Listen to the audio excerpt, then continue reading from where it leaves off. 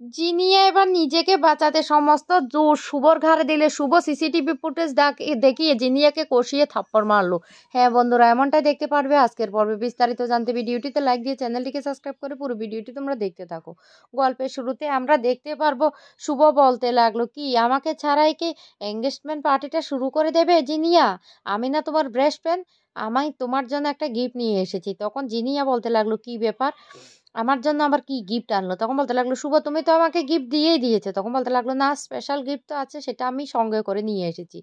এই বলে তুলিকে সেখানে নিয়ে আসে। আর তুলিকে দেখে তো রীতিমতো জেনিয়া ভয় পেয়ে যায়। বলতে লাগলো, তুলিকে কোথা থেকে নিয়ে আসলো ও আবার? এবার এবার সব সত্যি ফাঁস হয়ে যাবে না তো?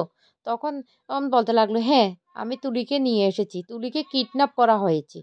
সুমিত তখন তুলির কাছে চলে আসে আর এসে বলতে লাগলো, তুলি তুলি শুভ কি বলছে, সত্যি করে সমস্ত কিছু আমাকে খুলে বলো, কি হয়েছে তোমার, কি হয়েছে? তুলি তখন খুব কান্না করতে থাকে। এদিকে রূপক বলতে লাগলো, মেজদা ভাই দেখ, শুভ না হাটে হাড়িটা ভেঙে দিয়েছে, এবার দেখ। তখনই পুরবী রেগে রেগে গিয়ে বলতে লাগলো, শুভ তোমার কি ইচ্ছে করে এই ঘটনাটা করার ইচ্ছে ছিল? তুমি কেন আজকে নিয়ে এসেছো তুলিকে? কেন নিয়ে এসেছো? যে মেয়েটা একদিন আমাদের বাড়ি ছেড়ে চলে গিয়েছিল, সেই মেয়েটাকে আবার তুমি এই বাড়িতে কেন ফিরিয়ে নিয়েছো, তা আবার আজকে এঙ্গেজমেন্টের দিনে আমার ছেলের এঙ্গেজমেন্টটা তুমি ভেস্তে দেওয়ার জন্য? তখনই ডোনা বলতে লাগলো, হ্যাঁ রে, আমি তো তুলিকে এই বাড়িতে নিয়ে এসেছিলাম আমার দেখাশোনা করার জন্য, তাহলে তাহলে তুলির প্রতি তো শুভ দি তোমার এত কেন টান বেড়ে গেল? তখন শুভ কোনো কথাই বলে না, চুপচাপ দাঁড়িয়ে থাকে। তখন মেজো কাম্মা বলতে লাগলো, এই শুভ, শুভ কি হয়েছে, সবকিছু স্পষ্ট করে খুলে বল না, কতক্ষণ এইভাবে দাঁড়িয়ে থাকবো? তখনই সেখানে সুমিত বলতে লাগলো, এই এই তুলি কি হয়েছে, সবটা খুলে বলো, আমাদের সবটা খুলে বলো, আমরা জানতে চাই তুমি এতদিন কোথায় ছিলে, কি হয়েছিল? তুলি তখন কোনো কথাই বলে না। জিনিয়া তখন সেখানে চলে আসে আর এসে বলতে লাগলো, হ্যাঁ তুলি, তুলি কোথায় ছিল এতদিন? এখন আমাদের এঙ্গেজমেন্ট পার্টিটা শেষ মুহূর্তে এসে ভেস্তে দেওয়ার জন্য ইচ্ছে করেই তোর নিয়ে এসেছি। তখনই সেখানে জিনিয়ার মা বলতে লাগলো, হ্যাঁ হ্যাঁ, ও না ইচ্ছে করে এই এঙ্গেজমেন্ট পার্টিটা ভেস্তে দেওয়ার জন্য এই কাজটা করেছে। ও পূর্ব শত্রুতা কিছুতে ভুলে যেতে পারেনি, সেই জন্য তো ও চালাকি করছে। পূরবী তখন বলতে লাগলো, শুভ বন্ধ করো, বন্ধ করো তোমার এসব চালাকি। তুমি যাই বলো না কেন, আমি আমি আজকে আমার ছেলের এঙ্গেজমেন্ট পার্টি কিছুতে ভেস্তে দিতে দেব না। এই কথা বলে পূরবী চলে যায় রূপকের কাছে। আর সেখানে গিয়ে বলতে লাগলো, রূপক, রূপক তুমি কিছু বলবে না, তুমি কিছু বলবে না? তখনই রূপক বলতে লাগলো, শুনো, শুভ কি বলতে চাইছে আগে আমাদেরকে সেটা শুনতে দাও। তখন বলতে লাগলো, ও আমার না বুঝতে ভুল হয়ে গেছে, সেই জন্য তোমরা সকাল থেকে ঘুসুর ঘুসুর ফুসুর ফুসুর করছো। ও বুঝতে পেরেছি, বুঝতে পেরেছি আমি সবটা। মারিয়া, মারিয়া কোথায় তুই?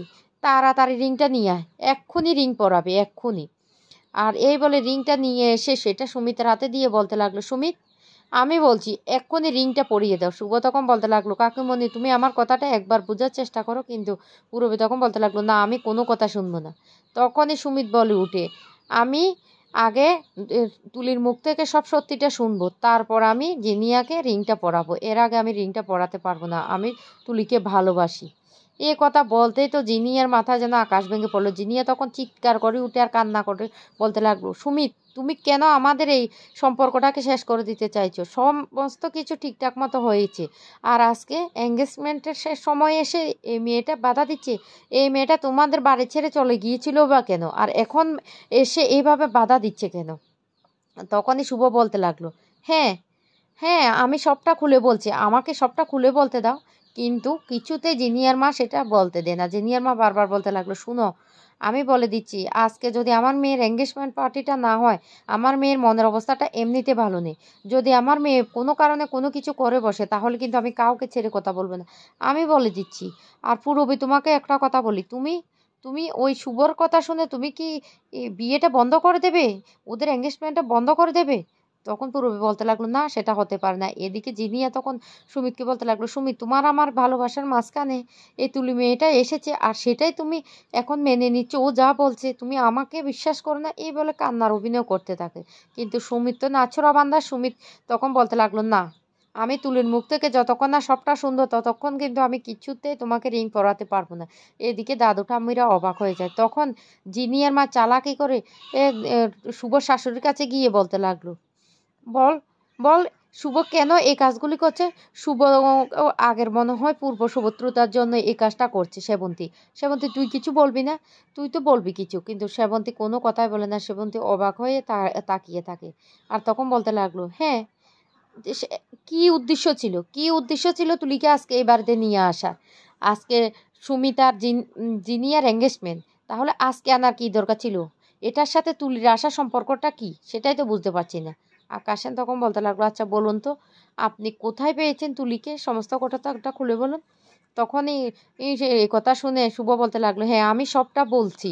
আসলে তুলিকে কিডন্যাপ করা হয়েছে। তুলিকে না কিডন্যাপ করে নিয়ে যাওয়া হয়েছে। তুলি বলো তো তোমাকে কে কিডন্যাপ করেছে? তুলি তখন হাত দিয়ে দেখিয়ে দেয় আর বলতে লাগলো, জিনিয়া আমাকে কিডন্যাপ করেছে। জিনিয়া আমাকে কিডন্যাপ করে নিয়ে গিয়ে সেখানে আটকে রেখেছে। তখনই বলতে লাগলো, এই মেয়েটা সম্পূর্ণ মিথ্যে কথা বলছে, সম্পূর্ণ মিথ্যে।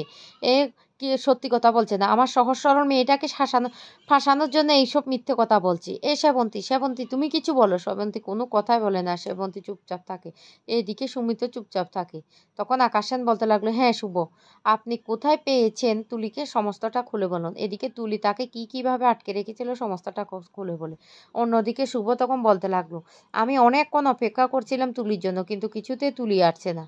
তখন আমি আস্তে আস্তে তুলির কাছে যাওয়ার চেষ্টা করি, আর সেখানে গিয়ে দেখতে পাই সেখানে তুলিকে আটকে রেখেছে। আর আটকে রেখে ফোনে বারবার করে ট্রাই করার চেষ্টা করছে। তখনই আমি তুলিকে খুলে আর চেষ্টা করলে আমার মাথায় বন্দুক ধরে। আর তুলি তখন সবটা খুলে বলে যে কিভাবে তাকে মুখ বেঁধে এতদিন পর্যন্ত জিনিয়া আটকে রেখেছিল।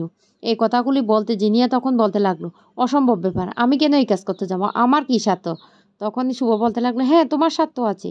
তুমি তোমার পথের কাঁটাকে সরিয়ে দিতে চাইছো, কারণ তুলিকে শুভ ভালোবাসে সুমিত, আর সেই জন্য তুমি এই কাজটা করেছো। তারপর বলতে লাগলো, আমি যখন তুলির বাঁধনটা খুলে দিতে যাই তখনই আমার মাথায় বন্দুক ধরে। আর আমি তখন কি করব বুঝতে পারছি না। আমি আগে থেকে লঙ্কার গুঁড়ো নিয়ে গিয়েছিলাম, আর সেই গুলো ওর চোখে মুখে মেরে দিই, আর তখন সে কিছুই দেখতে পায় না। আর তখনই আমি তুলিকে খুলে দিই সমস্ত বাঁধনগুলি, আর পুলিশও তখন সাথে সাথে এসে অ্যারেস্ট করে ওকে। আর আমি তুলিকে নিয়ে সেখান থেকে চলে আসি। তখনই এইসব কথা শুনে জিনিয়ার মা বলতে লাগলো, সব সাজানো নাটক, সব সাজানো নাটক। এতে যে আমার মেয়ে সমস্ত কিছু করেছে তার প্রমাণ কিসের?